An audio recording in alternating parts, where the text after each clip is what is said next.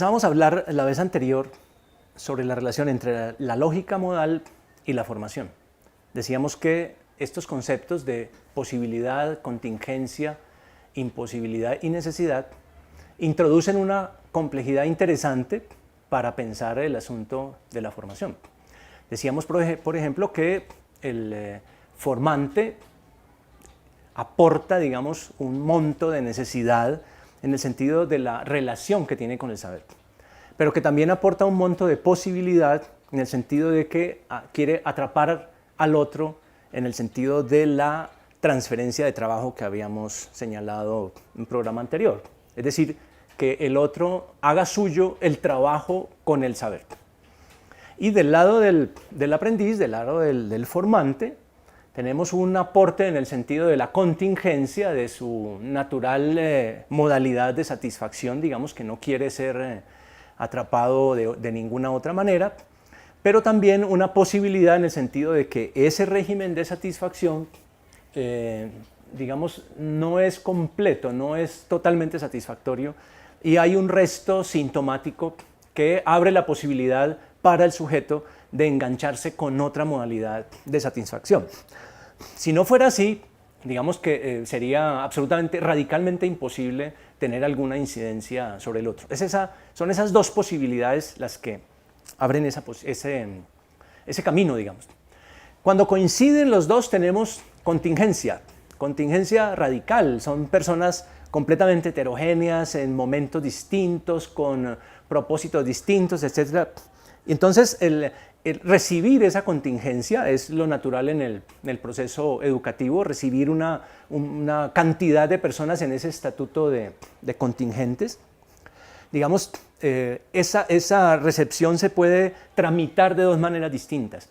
Se puede tramitar o bien exacerbando esa contingencia o bien poniendo un límite a esa contingencia mediante la creación de condiciones de posibilidad. Cuando exacerbamos la contingencia, lo que estamos haciendo es, por ejemplo, reproduciendo de alguna manera las modalidades de satisfacción que ya el estudiante, el aprendiz, trae.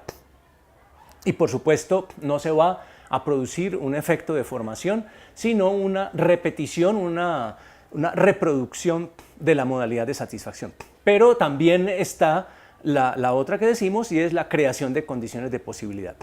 Recordemos que la condición contingente del lado del aprendiz podría ser identificada con conceptos como lo quiero todo ya, ¿sí?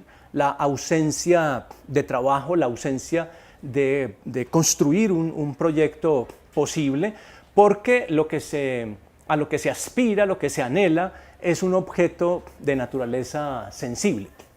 Entonces, cuando se están creando condiciones de posibilidad para la formación, es decir, cuando no se exacerba la contingencia, lo que tenemos es, por ejemplo, inyectar un poco de tiempo, el tiempo que el otro no quiere, porque lo quiere todo ya, inyectar un poco de tiempo, introducir la idea de trabajo, introducir modalidades de satisfacción que no son autísticas, digamos, sino que de alguna manera involucran al otro. En eso hay mucha sabiduría en los maestros, digamos, el aparato ha ido aprendiendo un poco en eso, y la acogida que le hacemos a los estudiantes no es en primera instancia una reproducción de la satisfacción del sujeto, aunque no se puede, digamos, enfrentarla de manera brutal. De todas maneras hay una seducción, pero en esa seducción se empiezan a introducir este tipo de elementos.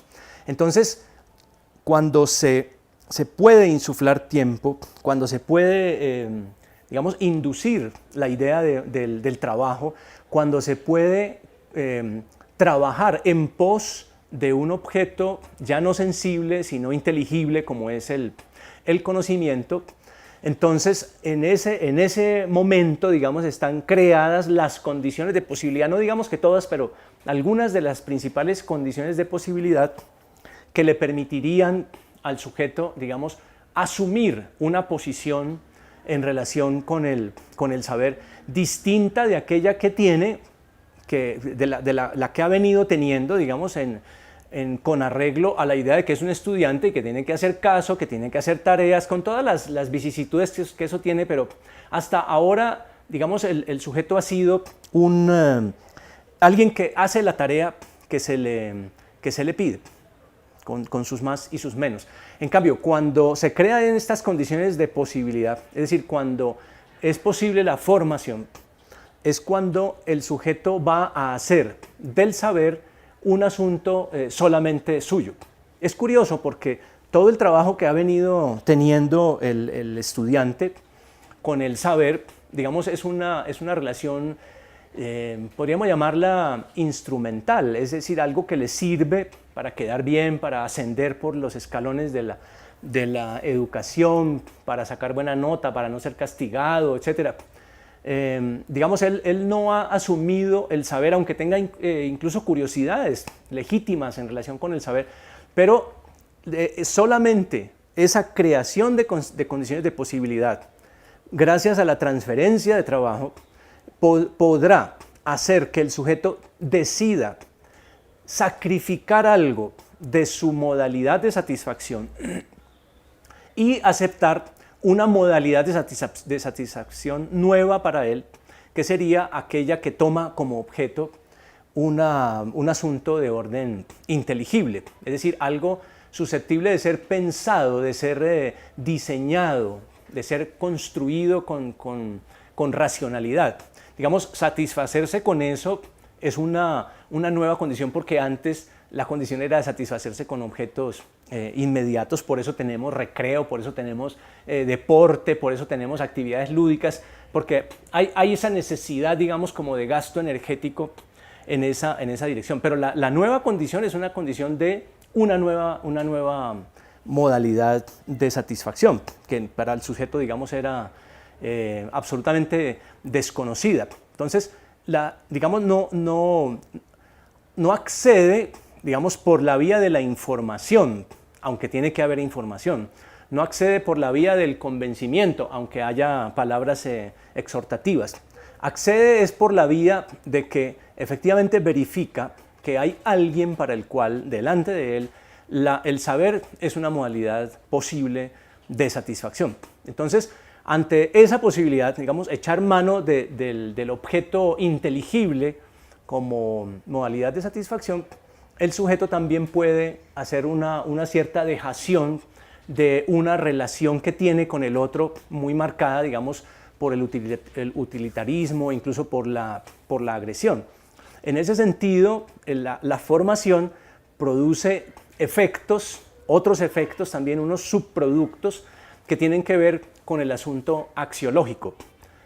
Esa es una preocupación siempre en la escuela, y cada vez es una preocupación mayor, y sin embargo no damos en la manera de lograr esa producción, digamos, de cierta modalidad de relación con el otro, de cierta ciudadanía, de lo que llaman competencias ciudadanas. Pero esa es la vía según esta explicación.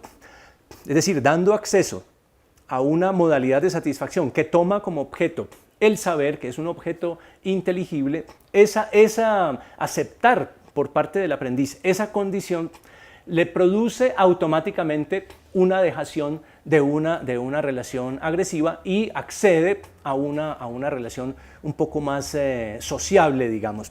Y por supuesto que digamos, hay discursos en relación con eso, pero estos solamente operan en la medida en que hay alguien a quien hemos autorizado, que es ese cuya modalidad de satisfacción se presenta ante nosotros, es alguien a quien hemos autorizado para construir algo de nuestra propia vida. Es solamente en esa boca, digamos, tiene sentido un llamado de atención de tipo disciplinario. Lo axiológico, entonces, es un efecto es un subproducto del efecto formativo.